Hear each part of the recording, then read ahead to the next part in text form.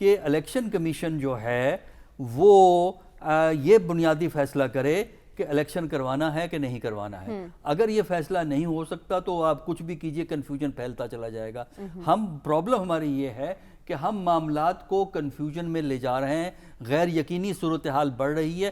اس سے پاکستان کے سیاسی مسائل بڑھیں گے، اور سیاسی مسائل بڑھیں گے تو پاکستان کی کیپیسٹی اقتصادی مسائل کو حل کرنے کی، اکنامک ایشوز کو حل کرنے کی، وہ دن بدن کم ہوتی چلی جائے گی. اس لیے میرا خیال یہ ہے کہ ان لوگوں کو جو اب آپس میں لڑ رہے ہیں، عوام کا کچھ خیال رکھیں، غریب کا کچھ خیال رکھیں کہ اس کی زندگی جو اتنی دوبر ہو گئی ہے وہ ان لوگوں کے فیصلوں سے ہو گئی ہے. لیکن پرائس ہائیک نہ چیف الیکشن کمیشن کا مسئلہ ہے، نہ آپ کے فائنانس منسٹر کا مسئلہ ہے، نہ آپ کے پرائم منسٹر کا مسئلہ ہے. یہ تو عام عوام کا مسئلہ ہے نا، اور انہیں ان سے کیا کنسرن ہے. لیکن ڈاکٹر رسول بخش رئیس صاحب، یہ تعیناتی، الیکشن کمیشن کا کردار اور یہ مبینہ آڈیو لیکس، اس پر کیا کہیں گے آپ؟ دیکھیں، یہاں پہ بڑے سوال اٹھتے ہیں ہمارے سیاسی اداروں کے بارے میں، اور خصوص طور پہ جو ریاستی ادارے ہیں وہ ان کا وقار مجروح ہو رہا ہے اور ان کی ساکھ مکمل طور پر ختم ہو رہی ہے. اب لوگوں سے پوچھیں، یا دنیا ہمارا جو تماشا دیکھ رہی ہے ان کی آپ تھوڑی سی وہ کیا تبصرہ کرتے ہیں ہمارے موجودہ حالات پہ، کہ کیا یہ ریاست کے اداروں کا وہی کردار ہوتا ہے، وہی غیر جانبدارانہ رویہ ہے جو اس وقت الیکشن کمیشن آف پاکستان کا ہے. سپریم کورٹ کچھ فیصلے کرتی ہے، یہ کچھ کرنا چاہتے ہیں. ہائی کورٹ کچھ فیصلے کرتی ہے، یہ کچھ اور کرنا چاہتے ہیں. دنیا میں آپ نے سنا ہوگا واٹر گیٹ کا ایشو، اس میں صدر نکسن کو ریزائن کرنا پڑا تھا اس لیے کہ وہ چھپا رہا تھا کہ مجھے علم نہیں ہے کہ یہ یہاں پہ بگنگ ہوئی ہے. آج کھلم کھلا کچھ ادارے ایسا کر رہے ہیں، ادارہ نہیں کر رہے تو اور کون کر رہا ہے؟ لوگوں کو تو معلوم ہے، ہم نام بھی لینا نہیں چاہتے، لیکن کیا اس سے یہ ہمارے ادارے نہیں ہیں، ہمارے ریاست کے ادارے نہیں ہیں؟ افغانستان تباہ ہوا ہے، شام تباہ ہوا ہے، عراق تباہ ہوا ہے، یمن تباہ ہوا ہے، لیبیا تباہ ہوا ہے. ریاستوں پہ ریاستیں تباہ ہوتی رہی ہیں.